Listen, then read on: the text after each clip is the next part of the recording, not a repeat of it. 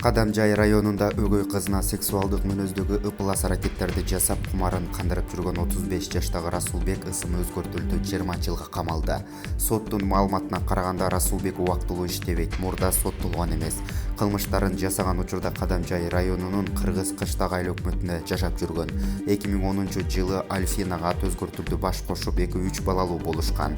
Аялынын биринчи никесинен 2006-жылы туулган Наргиза аты өзгөртүлдү аттуу кызы болгон.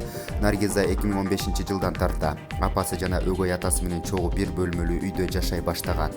Июль айында аялы Альбина Ош облусуна дарыланууга кеткен.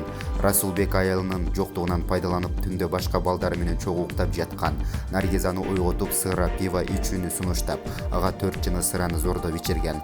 9 жаштагы кызды алдап, момпосуй берип, андан кийин кийимдерин чечип, жыныс мүчөсүн сандарына тийгизип, кыздын жынысына мүчөсү кирген эмес, ыпылас аракеттерди жасаган. Эгер бул жөнүндө апасына билдирсе, экөөнү тең өлтүрүп саларын айтып коркуткан.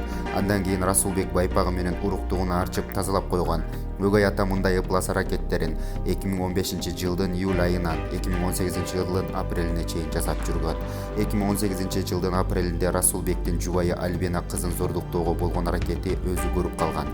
Күйөөсү үйгө 1-апрелде түндө келип, Наргиза жаткан тарапка өткөн. Чечилип, ыпылас иштерди жасамак болгон учурда жубайы ойгонуп кетип көрүп калган.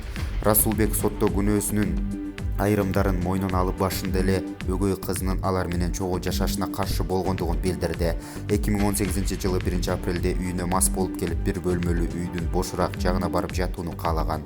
Өгөй кызына сексуалдык аракеттерди мас абалда болгон учурда жасаганын мойнуна алды. Расулбек тергөөгө мурда берген көрсөтмөлөрүнөн баш тартып, аларды мойнуна алдырышкандыгын билдирди. Ал сотко кайрылып, катаал жаза бербөөнү өтүнүп, жубайынан кечирим сурап, экинчи мындай иш кайталанбасын билдирген. Тергөөнүн материалдарынан Расулбек сурак учурунда Наргизаны көргөндө эмоциясын токтото албай, сексуалдык аракеттерге баргандыгын айтып бергени белгилүү болду.